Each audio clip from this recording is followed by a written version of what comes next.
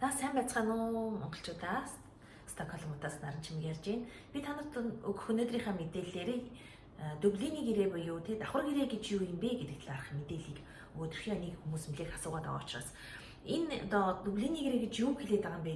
Давхар гэрээ гэж Европын Шенгений холбооны орнуудыг хүн болгон мэдж байгаа тийм ээ.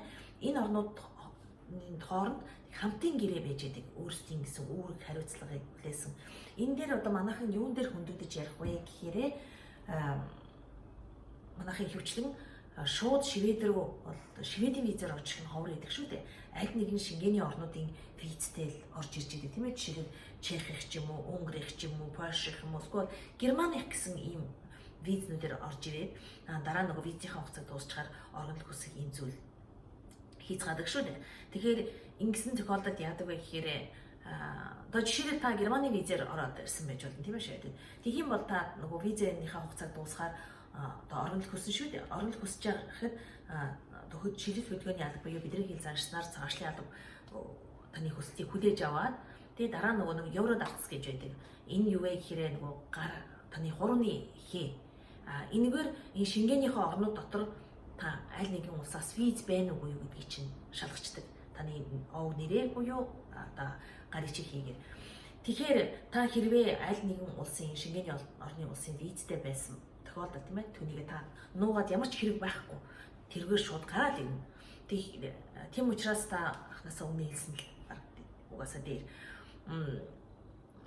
Тэгэхээр тэр ингээд евро дарсаас таны гар хурны хийг хийгээд таныг шалгахад таны за одоо Германы визтэй байна та гэд ингээ гараад ирж штэ. Тэгэхээр яадаг вэ гэхээр одоо шилжүүлгээний албан нөгөө Германы талаас таныг за энэ нөгөө танаа нэг юм хүн байна. Танаа улсын визээр орж ирсэн юм хүн байна. Та нар нөгөө өөрийнхөө дагуу энэ хүнийг буцааж хүлээж авах уу гэсэн асуулгыг явуулчихдаг. Тэгэхээр Германы тал түүний чинь тэр асуулгыг Шведийн талаас хүлээж авангуудаа өөрөөсөө үүрэг хариуцлагын дагуу би манайх наад чинь тийм байна. Энэ манай хүн байна. Бид тэр наад хүний чинь авьяа үүрэг хариуцлагын дагуу наадах чинь шийдъя гэж хариу өгдөг. Ингэсний дагуу одоо за манайх Германы тал таныг хүлээгээд авъя гэж та чи визтэй тэр ордоо очиж ин оргил хүсэж байгаа. Шалтгаанаа шийдвүлээ гэж таныг тийш шилжүүлдэг. Тэгээ шийдвэрээ гаргадаг. Тэгээ шийдвэрээ гаргачаа за тэдний өдөр та тэнцээ одоо энэ хугацаар нисэх шүү гэсэн тань мэдээлэл өгдөг. Тэгэхээр манайхын иргэний хөвчлэн тэр энэ одоо хүлээж авахгүйгээр нэгсэн цогтойгоо болчихдог гэсэн үг. Тэгээд энэ хугацаанд хараар байж ах чи тийм ээ.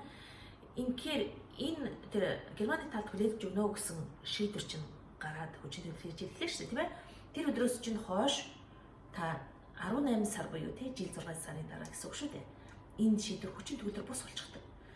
Тэгээд энэ хүчин төгөлдөр бус болцсон тохиолдолд болохоор яаж яах гэсэн үг та дахиад нөгөө оргил хүсэх эрх чинь дахиад нэгдэж ийн гэсэн үг.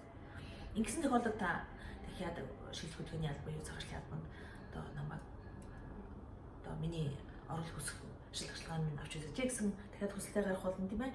Ингэсэн тохиолдолд таны урьдчилан чинь хүлээгээд аавна. Гэхдээ нөгөө нэг эрсдэлний юу гэдэг вэ гэхээр энэ та урд нь нөгөө нэг ингээд хүсэж байхад таны Германы тал руу хүлээж өгч байгаа та нөгөө бас энийг бид та хамтран ажиллаагүй ингээд ерөөхдөө цутаага алах байжжээ. Энэ манай улс оронд хууль бусаар байжсан байна. Тэгээ тийм учраас гээд та нөгөө нэг шийдвэрээ гаргахдаа буцаж орж ирэх нөгөө хоригтой шийдвэр гаргаж байгаа. Хоригийг болохоор ер нь 1 жилээс 5 жилийн хооронд гээд хүний шалтгаанаас шалтгаалаад өөр байж идэв тийм ээ. Тэрийг бол хинж хэлж мэдэхгүй. Одоо хэдэн жилийн хоригтой явагдахыг.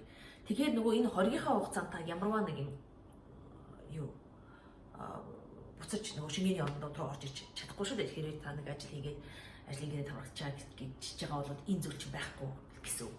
Мөн энэ Дублиний гэрээнд хамрагдсан байгаа. Тэгээ энд одоо хамрагдсан байгаа тохиолдолд танд одоо оргил хүссэн тохиолдолд тийм ээ. Та нэг Германд руу хүлээж өгнө гэсэн юм явж байгаа тохиолдолд та нөгөө эламакар толгодоод нөгөө ажлын хичээл болгодог гэсэн юм зүйлүүд байгаа шүү дээ. Тийм болгохт байхгүй. Эламакарт бол таныг нөгөө яв явдал чинь эламакарт болгохдох байх нөгөө Германы талд нь аль нөгөө хүлээж авна гэсэн улсын таныг буцаад тэрнээс бол танд нөгөө ажиллах зөвшөөрөл болгохт болгоддгүй юм шүү.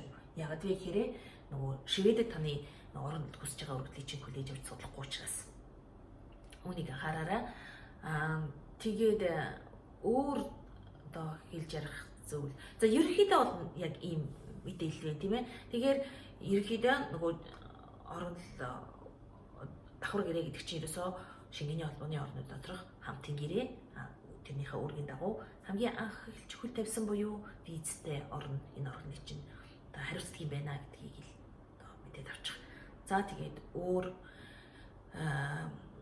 асуух зүйл байвал яг хөө миний бичлэгийн дор асуугаараа би чадхаараа одоо мэдж байгаагаараа танд хариулахыг хичээнэ.